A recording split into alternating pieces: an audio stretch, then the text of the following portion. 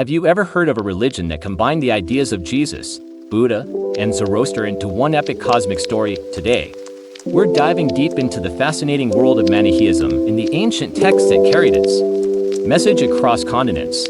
Let's start at the beginning. What was Manicheism? It was a major world religion founded in the 3rd century in ancient Persia by a prophet named Mani. Imagine a spiritual system that took the core ideas of Christianity, Buddhism, and Zoroastrianism and wove them into a single, grand narrative. At its heart, Manicheism is all about a cosmic battle, an eternal struggle between a realm of pure light and a realm of chaotic darkness. This wasn't just a religion, it was a complete worldview that explained everything from the creation of the universe to the purpose of human existence. It spread like wildfire, from the Roman Empire all the way to China, captivating minds for over 1,000 years. So, how did Mani ensure his complex teachings stayed consistent as they spread across the globe? He wrote them down. Mani personally authored 7 canonical books, often called treatises. Think of these as the foundational scriptures of the faith. His goal was to create a unified doctrine that everyone could follow, leaving no room for misinterpretation. These texts weren't just collections of stories, they were highly structured, almost like textbooks for his followers. They laid out the entire Manichean system, its intricate cosmology, its strict ethical code, the structure of its community, and the path to ultimate salvation. These treatises were designed to be tools for teachers and missionaries, helping them spread the word clearly and effectively. Now, let's get into the core story, the cosmology that these treatises explain. It all begins with 2 eternal, uncreated principles. First, there's the realm of light, the kingdom of the Father of greatness. This is a place of pure spirit, goodness, and peace. Opposite to it is the realm of darkness, a chaotic, evil place ruled by the Prince of Darkness and filled with monstrous demons who are constantly at war with each other. In the beginning, these 2 realms were completely separate. The cosmic drama kicks off when the forces of darkness, in their blind aggression, decide to invade the realm of light. To defend his kingdom, the Father of Greatness emanates a series of divine beings. In the ensuing battle, some of this divine light gets captured and swallowed by the forces of darkness. This catastrophic event results in a mixture of light and dark. And this mixture is what creates the material universe we live in, including our world and everything in it. So, according to Manichean belief, our physical world is not a divine creation in the traditional sense. Instead, it's a prison, a battleground where particles of divine light are trapped within the suffocating grip of dark matter. This brings us to the human condition. The treatises teach that every single human being contains these divine sparks of light. Our souls, our consciousness, our intelligence, this is the light within us. But this light is trapped inside a physical body, which is a product of darkness. This brings us to the central figure of the religion, Mani himself. Who did he claim to be? The treatises present him as the final and most important prophet in a long line of divine messengers. He saw himself as the successor to figures like Zoroaster, the Buddha, and Jesus. According to Mani, these earlier prophets had all brought a portion of the truth to humanity, but their messages had been corrupted or misunderstood over time.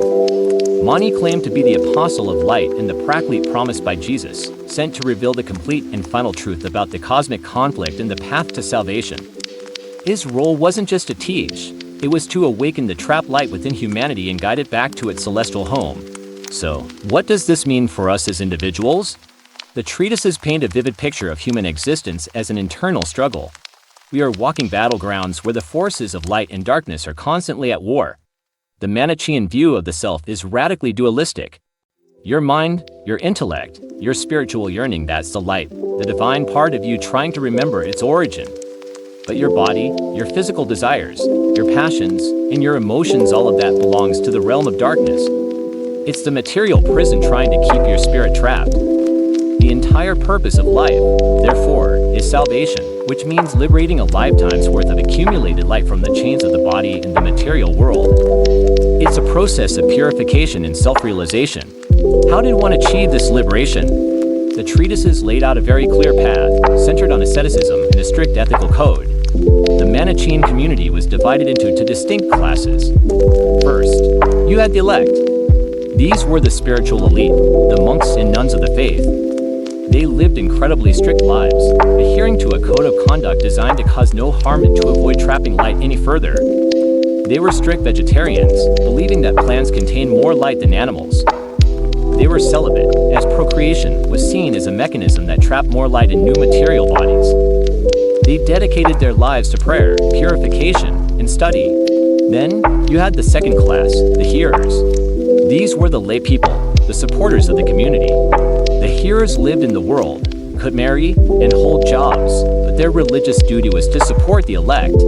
They provided food, shelter, and financial aid. By serving the elect, the hearers believed they could purify themselves and hope to be reincarnated as one of the elect in a future life. This two-tiered system allowed the religion to function, with the hearers providing the material foundation for the purely spiritual pursuits of the elect.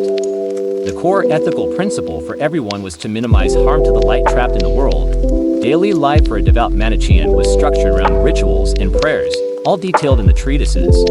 There were specific daily prayers, often performed facing the sun or the moon, which were seen as celestial vessels carrying liberated light back to the realm of light. These prayers were addressed to a pantheon of light deities, with the Father of Greatness at the pinnacle. Confession of sins was a crucial regular practice, not just for moral failings but for any act that might have inadvertently harmed light. Fasting was also a major part of their ritual life. Even eating was a ritualized act. The elect would eat specific foods, like melons and cucumbers, believing that as they digested the food, their holy bodies would filter and release the light particles within, sending them on their journey back to the heavens. The influence of these ideas, so powerfully articulated in Mani's treatises, was immense. Manicheism became one of the most widespread religions of the ancient world. It flourished along the Silk Road, establishing communities from North Africa and Spain in the west, all the way to the coast of China in the east.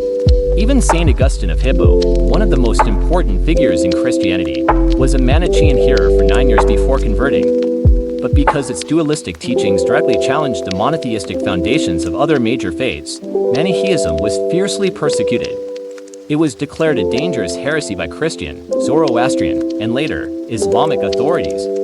Despite this, its core ideas proved incredibly resilient, influencing later dualistic movements in Europe, like the Bogomils in the Balkans and the Cathars in southern France. So, what's the ultimate takeaway? The Manichean treatises represent a truly remarkable chapter in human religious history. They offer a unique, syncretic vision that boldly attempted to unify the great spiritual traditions of the East and West into a single, cohesive narrative. It's a story of cosmic struggle, of light trapped in darkness, and of the human quest for liberation. It's a powerful reminder of how our ancestors grappled with the biggest questions of existence. Why are we here? And what is our purpose?